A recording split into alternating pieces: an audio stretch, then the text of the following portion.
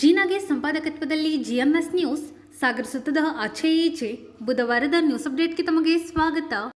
ಮುಖ್ಯಾಂಶಗಳು: ಸಾಗರದಲ್ಲಿ ಶಾಸಕರ ನೇತೃತ್ವದಲ್ಲಿ ಕೋವಿಡ್ ಮುಂಜಾಗ್ರತಾ ಸಭೆ. ಕೊರೋನಾ ಮತ್ತು ಡೆಂಗ್ಯೂ ಬಗ್ಗೆ ಭಯಬೇಡ, ಜಾಗೃತರಾಗಿರೋಣ. ಆಸ್ಪತ್ರೆ ಮೇಲ್ದರ್ಜೆಗೆ ಏರಿಸಲು 70 ಕೋಟಿ ರೂಪಾಯಿ ಮಂಜೂರಾತಿ ಅಂತಿಮ ಹಂತದಲ್ಲಿದೆ ಎಂದ ಶಾಸಕರು. ನಗರಸಭಾ ವ್ಯಾಪ್ತಿಯಲ್ಲಿ ಸ್ವಚ್ಛತೆಗೆ ಹೆಚ್ಚಿನ ಆದ್ಯತೆ ನೀಡಿದೆ ಎಂದ ಮೈತ್ರಿ. ಮನೆ ಸುತ್ತಮುತ್ತ ನೀರು ನಿಲ್ಲದಂತೆ ಜಾಗ್ರತೆ ವಹಿಸಿ ಎಂದ ಸವಿತಾ. ರೈತ ಸಂಘದಿಂದ ರೈತರ ಬೆಳೆ ರಕ್ಷಣೆಗೆ ವಿನೂತನ ಪ್ರಯತ್ನ. ರೈತರ ಬೆಳೆ ರಕ್ಷಣೆಗೆ ರೈತ ಸಂಘ ಶ್ರಮದಾನದ ಮೂಲಕ ಪ್ರಯತ್ನ ನಡೆಸಿದೆ ಎಂದ ದಿನೇಶ್ ಶಿರವಾಳ. ಈಗ ಸುದ್ದಿಯ ವಿವರ. ಕೋವಿಡ್ ಹಾಗೂ ಡೆಂಗ್ಯೂ ಬಗ್ಗೆ ಆತಂಕ ಬೇಡ, ಮುಂಜಾಗ್ರತೆಯಿಂದ ಇದ್ದು ಕಾಯಿಲೆ ಬರದಂತೆ ನೋಡಿಕೊಳ್ಳುವುದು ನಮ್ಮ ಜವಾಬ್ದಾರಿ ಎಂದು ಶಾಸಕ ಹಾಗೂ ಅರಣ್ಯ ಕೈಗಾರಿಕಾಭಿವೃದ್ಧಿ ನಿಗಮದ ಅಧ್ಯಕ್ಷ ಗೋಪಾಲಕೃಷ್ಣ ಬೇಳೂರು ತಿಳಿಸಿದರು. ಸಾಗರದ ಉಪವಿಭಾಗೀಯ ಆಸ್ಪತ್ರೆ ಸಭಾಂಗಣದಲ್ಲಿ ಬುಧವಾರ ಆಸ್ಪತ್ರೆ ಮೇಲ್ದರ್ಜೆಯ ನೀಲನಕ್ಷೆ ವೀಕ್ಷಿಸಿ ಕೋವಿಡ್ ಮತ್ತು ಡೆಂಗ್ಯೂ ಕುರಿತು ಪೂರ್ವಭಾವಿ ಸಭೆ ನಡೆಸಿ ಅವರು ಮಾತನಾಡುತ್ತಿದ್ದರು. ನಗರಸಭಾಧ್ಯಕ್ಷೆ ಮೈತ್ರಿ ಪಾಟೀಲ್, ಉಪಾಧ್ಯಕ್ಷೆ ಸವಿತಾ ವಾಸು, ಸದಸ್ಯ ಗಣಪತಿ ಮಂಡಗಳಲ್ಲಿ, ಉಪವಿಭಾಗಾಧಿಕಾರಿ ಜಗದೀಶ್, ತಹಶೀಲ್ದಾರ್ ಚಂದ್ರಶೇಖರ್ ನಾಯ್ಕ್, ಪೌರಾಯುಕ್ತ ನಾಗಪ್ಪ, ಕಾರ್ಯನಿರ್ವಹಣಾಧಿಕಾರಿ Shivaprasad, civil surgeon doctor K Parappa, doctor Nagaraj Naik ಇನ್ನಿತರರು ಹಾಜರಿದ್ದರು. ಪ್ರತಿಯೊಬ್ಬ ಬಾಣತಿಯರು ಮಕ್ಕಳಿಗೆ ಇಲ್ಲಿ ಮಾಸ್ಕ್ ಡಿಸ್ಟ್ರಿಬ್ಯೂಷನ್ ಏನಿದೆ ಅವ್ರಿಗೆ ಎಲ್ಲರಿಗೂ ಚೆಕ್ ಮಾಡಿ, ಯಾರು ಆಸ್ಪತ್ರೆ ಜ್ವರ ಬಂದಿದೆ ಅಂತ ಬಂದರೆ ಯಾರಿಗೂ ಬಿಡೋಂಗಿಲ್ಲ, ಅವರಿಗೆಲ್ಲ ಚೆಕ್ ಮಾಡಬೇಕು. ಚೆಕ್ ಮಾಡಿದರೆ ಯಾವುದೂ ಸಮಸ್ಯೆ ಬರೋಲ್ಲ. ಮತ್ತು ಪ್ರತಿ ತಾಲೂಕಿನಲ್ಲೂ ಸಹ ನಮ್ಮ ಹಳ್ಳಿ ಭಾಗದಲ್ಲಿರುವಂಥ PHCಗಳಲ್ಲೂ ಅದನ್ನೆಲ್ಲೂ ಸಹ ಅವರಿಗೆ ಕಡ್ಡಾಯ ಕೇಳಬೇಕಾಗಿದೆ. ಗೊತ್ತಾಯ್ತಾ? ಆಂಬುಲೆನ್ಸ್ ಮಾತ್ರ ಪಕ್ಕ ರೆಡಿಯಾಗಿರ್ಬೇಕು. ಆಂಬುಲೆನ್ಸಿಗೆ ಯಾವುದೂ ತೊಂದರೆ ಆಗುತ್ತೆ ಬರೋಬ್ಬರ. ಇವಾಗ ಯಾಕಂದರೆ ಕರ್ಕೊಂಡು ಹೋಗೋಕ್ಕೆ ಹೋಗೋರು ಮನಪಾಲನೆ ಎಲ್ಲ ಹೋಗೋರು ಇರ್ತಾರೆ. ಇಂಥ ತೊಂದರೆ ಸೀರಿಯಸ್ ಏನಾರು ಆದರೆ ಇಮಿಡಿಯೇಟ್ಲಿ ಅವ್ರು ತಗೊಂಡು ಹೋಗೋಕ್ಕೆ ರೆಸ್ಪಾನ್ಸಿಬಿಲಿಟಿ ಇರಬೇಕು. ಆಯಿತಾ? ಇದು ಭಾಳ ಪ್ರಮುಖವಾಗಿರ್ತದೆ. ಆಮೇಲೆ ಮಳೆಗಾಲ ಶುರುವಾಗಿದೆ ಈಗ. ಅದರಿಂದ ಏನಾಗುತ್ತೆ, ಅಲ್ಲೆಲ್ಲ ಪಚ್ಚೆಗಳು ನಿಂತು ಇನ್ನೊಂದಿತ್ತು ಶುರುವಾಗೋದಾಗುತ್ತೆ. ಕ್ಲೀನ್ ಮಾಡೋದು ಪೂರ್ತಿ ಎಲ್ಲ ನಗರಸಭಾ ವಾರ್ಡ್ಗಳಲ್ಲಿ ಒಂದು ಕಡೆಲ್ಲ ಕ್ಲೀನ್ ಮಾಡಬೇಕು, ಚರಂಡಿಗಳೆಲ್ಲ ಕ್ಲೀನ್ ಮಾಡಬೇಕು, ಅದ್ರ ಜೊತೆಗೆ ಆಗಬೇಕು. ಆಮೇಲೆ ಡೆಂಗ್ಯೂ ಎಲ್ಲೆಲ್ಲಿ ಶುರುವಾಗುತ್ತೆ ಅಲ್ಲಿರೋಲ್ಲಿ ಔಷಧಿ ಬಿಡುಗಡೆ ಮಾಡಬೇಕು. ಹೌದು, ಈಗಲೇ ಶುರು ಮಾಡಿ, ಔಷಧಿ ಶುರು ಮಾಡಿ. ಪ್ರತಿ ವಾರ್ಡಲ್ಲೂ ಔಷಧಿ ಹೊಡೆಯಿರಿ. ಏನಾಗುತ್ತೆ, ಮಳೆ ನಿಂತಾಗ ಔಷಧಿ ಹೊಡೆಯೋಕ್ಕೆ ಅವಕಾಶ ಇದೆ. ಔಷಧಿ ಏನು ತೊಂದರೆ ಇಲ್ಲ, ಮಳೆ ಹೊಡಿತಾ ಹೊಡಿಬೇಡಿ. ಮಳೆ ನಿಂತ ತಕ್ಷಣವೇ ಹಿಂದೆ ಹೊಡೆದಂಗೆ ಪ್ರತಿ ವಾರ್ಡಲ್ಲೂ ಶುರು ಮಾಡಿ ಔಷಧಿ. ಈವ್ನಿಂಗ್ ಅವರ್ಸ್ ಮಾಡಬೇಕು ಸರ್. ಯಾವಾಗ ಹೇಳಿ, ಯಾವಾಗ ಟೈಮ್ ನೋಡ್ಬಿಟ್ಟು ಹೊಡಿಸೋಕ್ಕೆ ವ್ಯವಸ್ಥೆ ಮಾಡಿ. ಲಾಸ್ಟ್ ಟೈಮ್ ಇನ್ಸ್ಟ್ರಕ್ಷನ್ಸ್ ಕೊಟ್ಟಿದ್ರು ಸರ್, ಲಾರ್ವಾ ಟೆಸ್ಟಿಂಗ್ ಇಂಪಾರ್ಟೆಂಟ್ ಅಂತ. ಅದು ಅದೇನಿಲ್ಲ, ಅಡಿಷನಲ್ ಆಗಿ ಒಂದು 5 ಜನ ವಾಲಂಟಿಯರ್ಸ್ಗೆ ಸಾಕು. ಲಾರ್ವಾ ಟೆಸ್ಟಿಂಗ್ ಇಂಪಾರ್ಟೆಂಟ್ ಸರ್, ಭಾಳ ಪ್ರಮುಖ. ಅದರಲ್ಲಿ ಯಾವುದೇ ಕೊರತೆಲ್ಲ ನೀವು ಚೆಕ್ ಮಾಡಬೇಕು. 20 ಬೆಡ್ ಮೇಲೆ ಜಾಸ್ತಿ ಬಂತು ಅಂದರೆ ಪ್ರೈವೇಟ್ ಒಂದು ರೆಡಿ ಮಾಡಬೇಕು. ಪ್ರೈವೇಟ್ ಯಾವುದೋ ಒಂದು ಕಲ್ಯಾಣ ಮಂಟಪನೋ ಅಥವಾ ಯಾವುದೋ ಒಂದು ಕೋವಿಡ್ ಕೇರ್ ಸೆಂಟರ್ನ ಮಾಡ್ತೀವಿ ಸರ್. ಏನಾದರೂ ಹಾಸ್ಟೆಲ್ ಖಾಲಿ ಇರೋದಂದರೆ ವ್ಯವಸ್ಥೆ ಮಾಡಬೇಕು. ಇದಕ್ಕೆ ಪ್ರಿಪೇರ್ ಆಗಿರ್ಬೇಕು. ಗೊತ್ತಾಯ್ತಾ? 20 ಮೇಲೆ ಹೋದರೆ ಅದಕ್ಕೆ ನೀವು ಪ್ರಿಪೇರ್ ಆಗಿರ್ಬೇಕು. ಇದು ನಮ್ಮ ಜವಾಬ್ದಾರಿ, ನಾವೆಲ್ಲರೂ ಜವಾಬ್ದಾರಿ. ಗೊತ್ತಾಯ್ತಾ? ಎಲ್ಲ ನರ್ಸ್ಗಳಿಗೆ ಜಿಲ್ಲೆಗೆಲ್ಲ ಟ್ರೈನಿಂಗ್ ಒಂದು ಓರಿಯೆಂಟೇಷನ್ ಮಾಡ್ತೀವಿ ಸರ್. ಮಾಡ್ಬೋದು. ನಮ್ಮದು ಬೇರೆ ನಾರ್ಮಲ್ ಕೇಸು ತುಂಬ ಅಡ್ಮಿಷನ್ ಮಾಡಿಕೊಂಡು ವಾರ್ಡನ್ನು ಆಮೇಲೆ ಈ ನಾಯಿ ಕಡಿತ, ಔಷಧಿ ನಾಯಿಗಳದ್ದು ಇನ್ನೊಂದು ಔಷಧಿ ಸರ್. ಸರ್ ಮೊನ್ನೆ ಸರ್ DC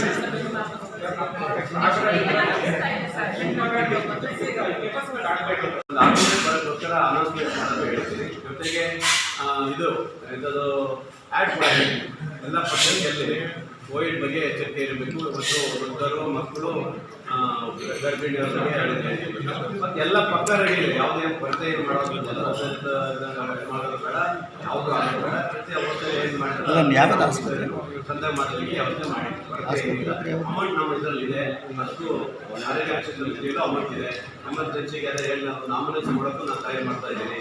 ಒಟ್ಟಿನಲ್ಲಿ ಸಾಗರ ಆಸ್ಪತ್ರೆಗೆ ನಮ್ಮ ಆಸ್ಪತ್ರೆ ಮಾನ್ಯ ಮಂತ್ರಿಗಳಾದ ದಿನೇಶ್ ಗುಂಡೂರಾವ್ ಅವರು ಅಪ್ಗ್ರೇಡಿಂಗ್ ಕೊಟ್ಟಿದ್ದಾರೆ ಅಂದರೆ ನಮ್ಗೆ ಹೆಮ್ಮೆ ಆಗುತ್ತೆ. ಅದು ಆ ಖುಷಿಯಲ್ಲಿ ನಾವು ಕೆಲಸ ಮಾಡಬೇಕು.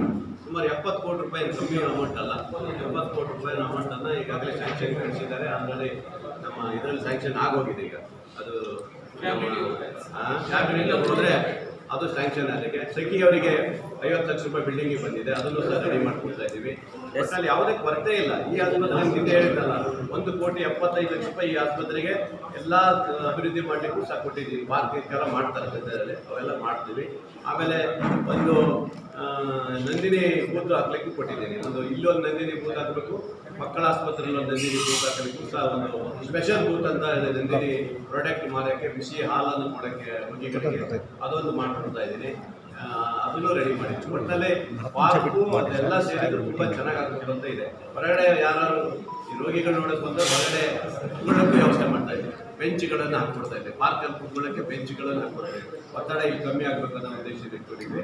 ಒಟ್ಟಲ್ಲಿ ಈ ತಾಲೂಕಿನ ಹಾಸ್ಪಿಟ್ಲನ್ನು ಅಪ್ಗ್ರೇಡ್ ಮಾಡಬೇಕು, ಜನರಿಗೆ ಸೇವೆ ಕೊಡೋ ರೀತಿಯಲ್ಲಿ ಕೆಲಸ ಮಾಡಬೇಕು ಅನ್ನೋದಿದೆ. ಖಂಡಿತ ಮಾಡ್ತೀವಿ.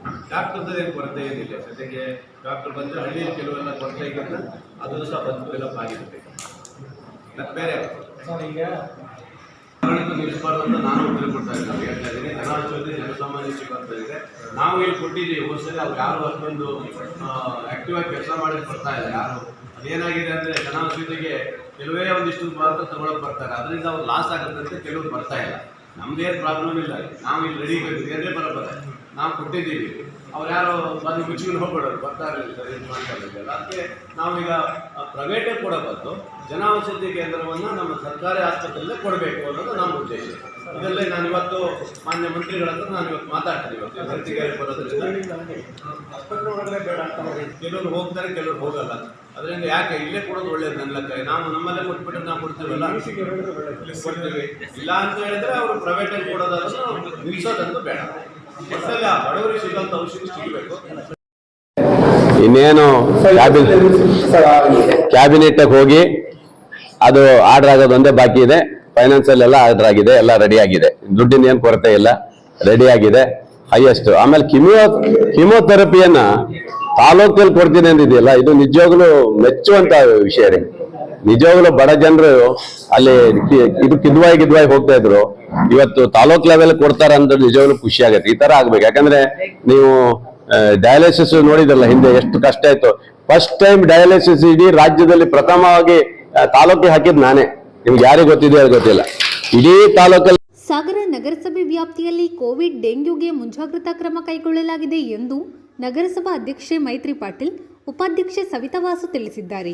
ಈ ಕುರಿತು ಬುಧವಾರ ಮಾತನಾಡಿದ ಅವರು, ಪರಿಸರ ಅಭಿಯಂತರರು ಎಲ್ಲ ಅಧಿಕಾರಿಗಳೊಂದಿಗೆ ಮಾತಾಡಿ ಎಲ್ಲೆಲ್ಲಿ ತೊಂದರೆ ಆಗ್ತಾ ಇದೆ ಆ ಕಡೆಗಳಲ್ಲಿ ಎಲ್ಲ ವಾರ್ಡ್ಗಳಲ್ಲಿ ಗಿಡಗಂಟೆಗಳನ್ನು ಕಟ್ ಮಾಡೋ ಕೆಲಸ ಈಗಾಗಲೇ ಆಗಿದೆ. ಆಮೇಲೆ ಎಲ್ಲೆಲ್ಲಿ ಮೇಯ್ನ್ ಅಂದರೆ ಈಗ ಎಕ್ಸಾಂಪಲ್ಲು ಕೋರ್ಟ್ ರೋಡು, ಚಾಮರಾಜಪೇಟೆ ಮುಖ್ಯ ರಸ್ತೆ, Vardha bridge, Andlekoppa bridge, industrial area, Subhash Nagar ರಾಜಕಾಲುವೆ, ಕಾರ್ಪೊರೇಷನ್ ಬ್ಯಾಂಕ್ ಹತ್ರ, ಆಮೇಲೆ ಇಲ್ಲಿ ಎಲ್ಲ ಸಿಟಿಗಳ ಮಧ್ಯದಲ್ಲಿ ಲಿಂಬು ಸರ್ಕಲ್ ಎಲ್ಲೆಲ್ಲಿ ಬ್ಲ್ಯಾಕ್ ಆಗ್ತಾ ಇದೆ ಆ ಕಡೆ ಎಲ್ಲ ತೆರವುಗೊಳಿಸುವ ಕಾರ್ಯವನ್ನು ಈಗಾಗಲೇ ಮುಗಿಸಿದ್ದಾರೆ. ಯಾರು ನಮ್ಮ ಅಧಿಕಾರಿಗಳು ಮತ್ತು ಕಾರ್ಮಿಕರು ಸೇರಿಬಿಟ್ಟು ಈ ಎಲ್ಲ ಕೆಲಸಗಳು ನಡೆದಿದೆ. ಇನ್ನು ನಾವು ಕೋವಿಡ್ಗೆ ಅಂದರೆ ಈ ಔಷಧಿಯನ್ನು ಸಿಂಪರಣೆ ಕಾರ್ಯನೂ ಕೂಡ ಎಲ್ಲೆಲ್ಲಿ ಕ್ಲೀನ್ ಆಗಿದೆ ಅಲ್ಲಿ ಕೂಡ ಔಷಧಿಯನ್ನು ಸ್ಪ್ರೇ ಮಾಡ್ತಾ ಇದ್ದಾರೆ. ಜನಗಳು ಕೂಡ ನಮಗೆ ಸಹಕರಿಸಬೇಕು. ಅವ್ರ ಮನೆ ಮುಂದೆ ಈಗ ನೀರು ನಿಲ್ಲೋದನ್ನಾಗಲಿ, ತೆಂಗಿನಕಾಯಿ ಚಿಪ್ಪುಗಳಲ್ಲಿ ನೀರು ನಿಂತು ಅದರಿಂದ ರೋಗಗಳು ಹರಡ್ತದೆ. ಹಾಗಾಗಿ ಸಾರ್ವಜನಿಕರು ಕೂಡ ನಮ್ಮ ನಗರ ಸಭೆ ಜೊತೆಗೆ ಅವರು ಕೂಡ ಸಹಕರಿಸಬೇಕು. ಇವಾಗಿನಿಂದಲೇ ಅಂದರೆ ಬರುವ ಮುಂಚೆನೇ ಅದನ್ನು ತಡೆಗಟ್ಟುವಂತಹ ಕಾರ್ಯದಲ್ಲಿ ನಾವು ಮತ್ತು ಸಾರ್ವಜನಿಕರು ಸೇರಿ ಅದನ್ನು ಮಾಡಬೇಕು ಸರ್. ಯಾಕಂದರೆ ಈ ಕೋವಿಡ್ ಅನ್ನೋದು ಒಂದ್ಸರಿ ನಾವು ಅನುಭವಿಸಿದ್ದೀವಿ, ಅದು ಮತ್ತೆ ಬರ್ದಂಗಿರಬೇಕು ಅಂದರೆ ಕಡ್ಡಾಯವಾಗಿ ಮಾಸ್ಕನ್ನು ಧರಿಸಿ ಎಲ್ಲೆಲ್ಲಿ ಅಂತರವನ್ನು ಕಾಪಾಡಬೇಕು. ಆಮೇಲೆ ಮಕ್ಕಳುಗಳನ್ನು ಶಾಲೆಗೆ, ಚಿಕ್ಕ ಮಕ್ಕಳನ್ನು ಇವಾಗಲೇ ಅವರು ಶಾಲೆಯಿಂದ ಏನು ಸೂಚನೆ ಕೊಡ್ತಾರೆ ಅದನ್ನು ಪಾಲಿಸಬೇಕು. ಈ ರೀತಿಯಾಗಿ ಸಾರ್ವಜನಿಕರು ಕೂಡ ನಮಗೆ ಸಹಕಾರವನ್ನು ಕೊಡಬೇಕು, ಮಾಸ್ಕನ್ನು ಧರಿಸಬೇಕು. ಕೊರೋನಾ ಬರ್ದಂಗೆ ನಾವೆಲ್ಲರೂ ಸೇರಿ ತಡೆಯೋಣ ಅಂತ ಹೇಳಿಬಿಟ್ಟು ನಗರಸಭೆಯಿಂದ ಏನೇನಾಗಬೇಕು ಎಲ್ಲ ಕೆಲಸಗಳು ನಮ್ಮ ಅಧಿಕಾರಿಗಳು ಮಾಡ್ತಿದ್ದಾರೆ ಸರ್. ಅವರಿಗೂ ಕೂಡ ನಾವು ಸೂಚನೆಯನ್ನು ಕೊಟ್ಟಿದ್ದೀವಿ ಸರ್. ಆಗ್ತಾಯಿದೆ ಸರ್, ಎಲ್ಲ ಕೆಲಸಗಳು ಆಗ್ತಾಯಿದೆ. ಆದ್ಮೇಲೆ ಎಲ್ಲರಿಗೂ ನಮಸ್ಕಾರ. ಈಗ ಸಾಗರ ನಗರಸಭೆ ವತಿಯಿಂದ ಎಲ್ಲ ವಾರ್ಡ್ಗಳಲ್ಲಿ ಸ್ವಚ್ಛತೆಯನ್ನು ಕೈಗೊಂಡಿದ್ದೇವೆ. ಎಲ್ಲೂ ನೀರು ಬ್ಲಾಕ್ ಆಗ್ತವೆ ಅಲ್ಲೆಲ್ಲ ಕ್ಲಿಯರ್ ಮಾಡಿಸಿದ್ದಾರೆ ಅಧಿಕಾರಿ ವರ್ಗದವರು. ಹಾಗೆ ಸಾರ್ವಜನಿಕರು ತಮ್ಮ ಮನೆಯ ಸುತ್ತಮುತ್ತ ಎಲ್ಲೂ ನೀರು ನಿಲ್ಲದ ಹಾಗೆ ಸಾಗರ ತಾಲೂಕಿನ ಜೊನ್ನೆಹಕ್ಲು ಚೌಡಪ್ಪ ಅವರ 3 ಎಕರೆ ಪ್ರದೇಶದಲ್ಲಿ ಬೆಳೆದಿದ್ದ ಮೆಕ್ಕೆಜೋಳವನ್ನು ರೈತ ಸಂಘದ ಸದಸ್ಯರು ಬುಧವಾರ ಕಟಾವು ಮಾಡಿದ್ದಾರೆ. ವಿಪರೀತ ಮಳೆ ಹಿನ್ನೆಲೆಯಲ್ಲಿ ಜೋಳದ ಬೆಳೆ ಮಳೆಗೆ ಹಾಳಾಗುತ್ತಿರುವುದನ್ನು ಮನಗಂಡ ರೈತ ಸಂಘ ಇಂತಹ ರೈತ ಸೇವೆ ನಡೆಸಿದೆ. ಈ ಕುರಿತು ಸಂಘದ ಜಿಲ್ಲಾಧ್ಯಕ್ಷ ದಿನೇಶ್ ಶ್ರವಾಳ ಮಾತನಾಡಿದರು. ಸಂಘದ ತಾಲೂಕು ಅಧ್ಯಕ್ಷ ಡಾಕ್ಟರ್ ರಾಮಚಂದ್ರಪ್ಪ ಸೇರಿದಂತೆ ಪದಾಧಿಕಾರಿಗಳು ಹಾಜರಿದ್ದರು. ನಮಸ್ಕಾರ, ನಾನು ದಿನೇಶ್ ಶಿರವಾಳ, ಕರ್ನಾಟಕ ರಾಜ್ಯ ರೈತ ಸಂಘ ಶಿವಮೊಗ್ಗ ಜಿಲ್ಲಾ ಅಧ್ಯಕ್ಷರು. ಆತ್ಮೀಯರೇ, ರಾಜ್ಯಾದ್ಯಂತ ಹವಾಮಾನ ವೈಪರೀತ್ಯದಿಂದ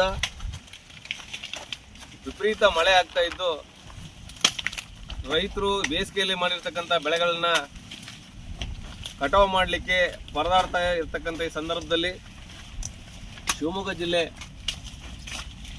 ನಮ್ಮ ತಂಡ ಇವತ್ತು ರೈತರ ಹಕ್ಕುಗಳ ರಕ್ಷಣೆಗಳ ಜೊತೆಗೆ ಅವರ ಬೆಳೆಯನ್ನು ಕೂಡ ರಕ್ಷಣೆ ಮಾಡಬೇಕು ಅನ್ನೋ ಒಂದು ಪಣ ತೊಟ್ಟು ಇವತ್ತು ಜೊನ್ನೆಹಕ್ಲು ಚೌಡಪ್ಪನವರ ಜೋಳ ಒಂದು 3 ಎಕರೆ ಜೋಳ ಬೆಳೆದಿದ್ದಾರೆ. ಅದನ್ನು ಕಟಾವು ಮಾಡಲಿಕ್ಕೆ ಮಳೆ ಬಿಡದ ಕಾರಣ ನಾವೆಲ್ಲರೂ ಕೂಡ ಅವ್ರಿಗೆ ಕೈ ಜೋಡಿಸ್ಬೇಕು, ಅವ್ರ ಬೆಳೆಯನ್ನು ರಕ್ಷಣೆ ಮಾಡಬೇಕು ಅಂಥೇಳಿ ತಂಡವನ್ನು ರೂಪ ಮಾಡಿಕೊಂಡು ಸುಮಾರು 3-4 ತಂಡಗಳು ಮಾಡಿಕೊಂಡು ಇವತ್ತು ಇಲ್ಲಿ ಅನಂತಪುರ ಹಾಗೂ ತ್ಯಾಗರ್ತಿ ಭಾಗದಲ್ಲಿ ನಮ್ಮ ರೈತರ ಬೆಳೆಯನ್ನು ರೈತ ಸಂಘಟನೆ ಪದಾಧಿಕಾರಿಗಳು, ಕಾರ್ಯಕರ್ತರು ರಕ್ಷಣೆ ಮಾಡೋ ಕೆಲಸದಲ್ಲಿ ನಿರತರಾಗಿದ್ದಾರೆ.